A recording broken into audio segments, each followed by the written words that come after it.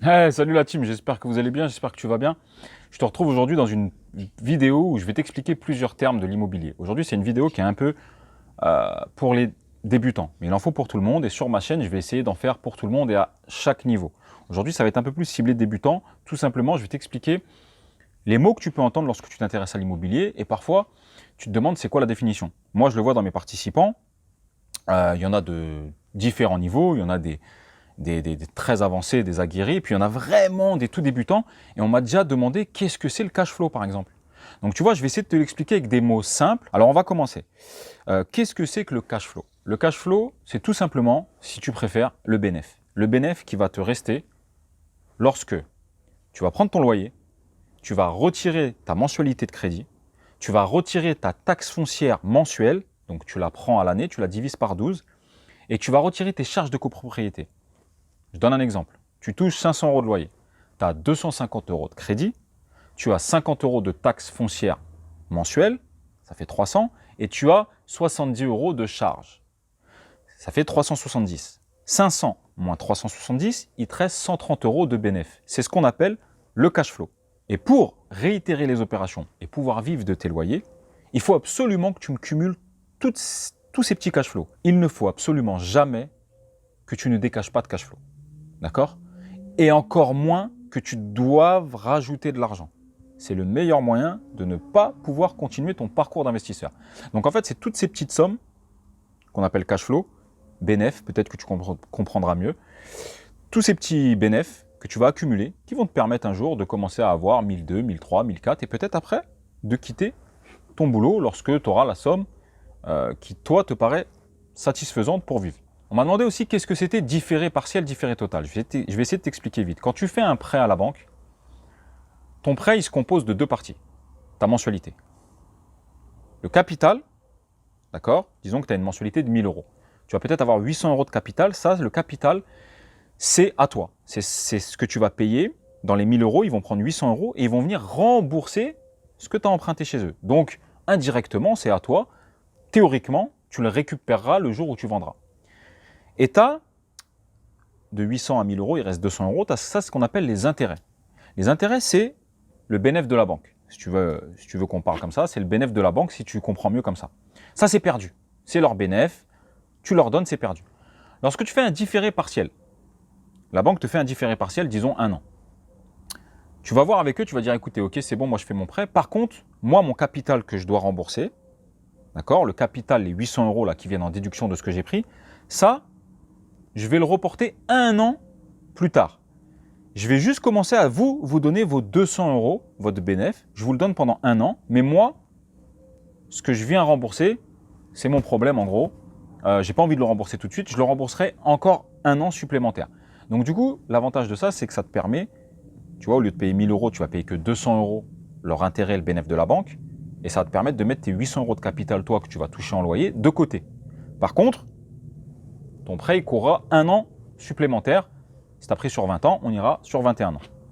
Ou alors, il risque de te lisser, mais là je vais pas rentrer en détail sinon je vais te noyer, il risque de te lisser le capital que tu n'as pas donné pendant cette année, d'accord? Disons que tu n'as pas donné, pendant 1 an, tu n'as pas donné 800 euros par mois, ça fait, je dis une connerie, peut-être 10 000 euros. Et bien ces 10 000 euros, ils vont les diviser par le nombre d'années restant, et du coup ta nouvelle mensualité elle va augmenter peut-être de 10 euros.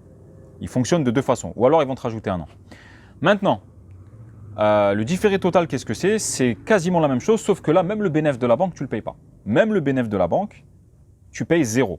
Donc forcément, tu mets plus de côté. Mais attention, il coûte plus cher, parce que tu payes des intérêts sur des intérêts que tu n'as pas payé à la banque. Donc moi, je ne le conseille pas forcément. Le différé partiel, c'est un bon compromis. D'accord? Donc là, c'est pareil, sauf que tu payes rien du tout, 0 pendant 1 an. Et à la fin, tout ce que tu devais, il relisse sur la durée restante. Et du coup, ta traite, elle prend peut-être 20 ou 25 euros. Donc j'espère que tu as compris les deux différés. Qu'est-ce que c'est l'assurance P&O? L'assurance P&O, c'est l'assurance propriétaire non occupant. C'est une assurance que tu vas devoir prendre toi lorsque tu vas être propriétaire de ton logement et que tu vas le louer. Comme son nom l'indique, c'est que tu es propriétaire non occupant. Il faut que tu la prennes. Même si je sais que, parce qu'il y a des doublons, il y a l'assurance du locataire, toi tu as ton assurance et il y a l'assurance de la copropriété. Ça fait beaucoup d'assurance pour 4 murs. Mais tu sais, mieux vaut en avoir plus que pas assez, parce que si demain il y a un pépin, ils vont trouver le moindre moyen pour te trouver un vice de procédure ou te dire mais attendez ceci, attendez cela. Donc mieux vaut être surprotégé que pas assez. Surtout qu'en plus, tu vas pouvoir venir la déduire de tes revenus encaissés et que ça ne coûte pas très cher. Pour un F2, par exemple, on est aux alentours de 80 € à l'année. Donc, tu vois, ça ne coûte pas très cher. Ça ne sert pas à grand-chose de s'en passer. Donc, voilà ce que c'est l'assurance PNO. C'est ce qu'on appelle l'assurance propriétaire non occupant. C'est une assurance que toi, tu devras prendre quand tu seras propriétaire en complément de celle du locataire. Alors, on m'a demandé aussi, on m'a dit, ouais, je comprends pas, Mehdi, j'ai fait un prêt. Et à chaque fois, il y a marqué TAEG. Et le taux du TAEG, il est beaucoup plus cher que le taux auquel on m'a prêté. Alors, le TAEG, c'est quoi? C'est le taux effectif global. C'est-à-dire que c'est le taux, c'est pas le taux de ton prêt, c'est le taux en globalité, avec lesquels ils ont rajouté les assurances, les frais de dossier, les frais de garantie, etc. Et du coup, ça t'a fait un taux effectif global. Mais voilà, c'est pas celui-là qui est le plus important, c'est vraiment le taux auquel on va te prêter l'argent. Mais donc le taux effectif global, c'est ça. C'est le taux qui comprend les frais, les garanties, les frais de dossier, etc. On m'a demandé aussi qu'est-ce que ça voulait dire préemption de la mairie. Je t'explique. Lorsque tu vas acheter un bien, et ça m'est arrivé une fois à Porte de Clignancourt, j'avais trouvé un beau bien, un beau 2 pièces. J'avais négocié vraiment pas cher. Et finalement, j'ai signé le compromis. Et finalement, un mois après, le notaire m'a appelé. Il m'a dit désolé, la mairie a préempté. Qu'est-ce que c'est que la préemption de la mairie? Eh bien, c'est simple. Lorsque tout habitant d'une ville y vend, la mairie reçoit le dossier et est au courant. Et elle est la seule prioritaire, c'est-à-dire qu'elle a le pouvoir de dire non, moi j'achète au prix qui est indiqué, donc le vendeur qui a signé, au revoir, next. La mairie a ce pouvoir-là. Donc c'est ce qui m'est arrivé. J'avais trouvé un super 2 pièces et j'aurais fait une affaire exceptionnelle. Aujourd'hui, j'aurais fait 120% peut-être de plus-value. C'est pas grave.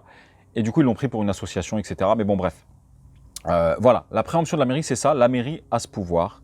C'est pour ça que, attention, si demain, tu t'arranges avec un vendeur ou un acheteur, même s'il ne faut pas trop le faire, avec une partie peut-être non déclarée, le risque que tu peux avoir, c'est que si la mairie préempte au prix déclaré, aïe. Donc c'est pour ça que moi, je ne recommande pas trop ça. Limite, je ne le recommande pas du tout. D'accord? Mais voilà, c'est ça la préemption de la mairie. C'est la mairie qui a la priorité sur l'achat du bien.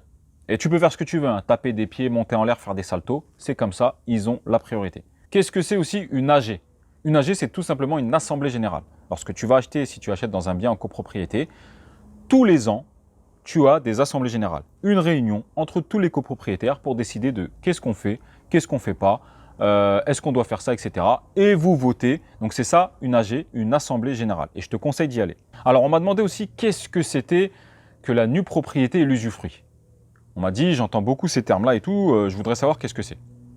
Alors, lorsque tu achètes un bien, il est composé de 2 choses. Alors, je ne vais pas te le faire en latin parce que je suis nul en latin, usus, fructus, machin, je vais te le faire en français. Il est composé de la nue propriété et de l'usufruit. Qu'est-ce que c'est la nue propriété? C'est les murs. Qu'est-ce que c'est l'usufruit? C'est tout ce qui est à l'intérieur et toute la jouissance que tu peux générer de ce bien, c'est-à-dire le loyer, etc. La nue propriété, c'est juste les murs.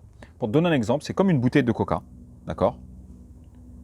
La nue propriété de la bouteille de coca, c'est la bouteille en plastique, tu vois, la bouteille en plastique. Et l'usufruit, c'est le coca. Ah, le coca, tu peux le boire et tout, tu vois. La nue propriété, la bouteille, tu peux rien faire. Mais pourtant, c'est elle. Elle a une valeur, elle aussi. Comme l'usufruit, il a une valeur. Donc voilà, un bien, il se compose en 2 choses. En nue propriété, les murs, simple, et tout ce qui est à l'intérieur, et ce qui en découle, le pouvoir de louer, le pouvoir d'encaisser un loyer, ça, c'est ce qu'on appelle l'usufruit. Et ça aussi, ça a une valeur. Et ça, c'est très intéressant dans la transmission ou la succession aux enfants, et ça fera l'objet d'une prochaine formation que je vais mettre en place. Comment optimiser la transmission, la donation, la succession et payer le moins d'impôts possible, assurance vie, etc. Ça peut être intéressant de donner souvent la nue propriété à tes enfants, en étant toi le plus jeune possible et eux à un âge assez mature.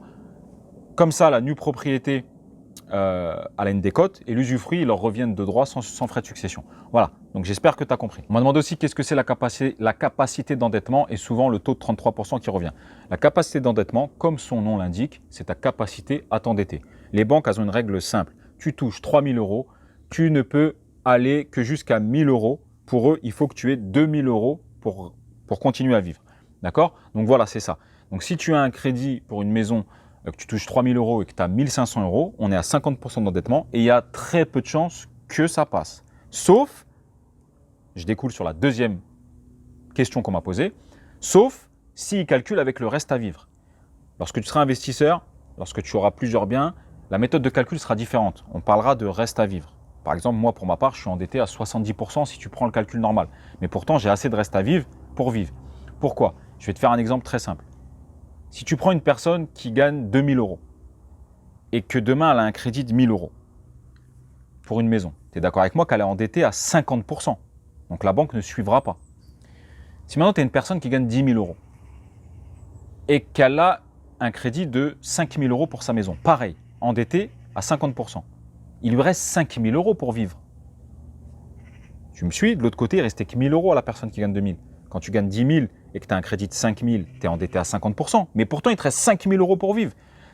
Plus que 80% des gens lambda. Donc voilà, la banque, à partir de là, va calculer avec la méthode du reste à vivre. Et plus calculer avec le taux classique. Donc voilà la différence entre les deux. Donc voilà, on arrive au bout de la vidéo. Je t'ai fait une petite vidéo détente. Si jamais tu veux nous rejoindre, le lien est dans ma description. Je te rappelle, tu es suivi, tu intègres un groupe WhatsApp, nous sommes derrière toi, je suis derrière toi, étape par étape. La team, le réseau Né pour réussir, il commence à grossir, il commence à être exceptionnel. On est un peu placé partout dans toutes les villes, on se donne les bons filons. Dès qu'il y en a un qui a une interrogation, il pose ça sur le groupe, ça se répond. Nous, ça vit. D'ailleurs, si tu nous rejoins, mets en silencieux parce que c'est vrai que ça vit. Mais c'est ça, c'est ce que je voulais quand j'ai fait ce projet, c'est ce que je voulais. Une équipe dans toute la France et même partout, peut-être plus tard, même en Europe et dans le monde, une équipe OP. Une équipe OP qui vit immobilier, qui aime immobilier et qui n'est pas avare de conseils et qui n'est pas, tu vois, une équipe qui s'entend bien. Et c'est exactement ce que je suis en train de faire et je suis heureux de le faire. Et si tu veux nous rejoindre, je te souhaite la bienvenue. Sinon, je te souhaite une excellente journée. Prenez soin de vous. Je vous embrasse. À bientôt. Ciao.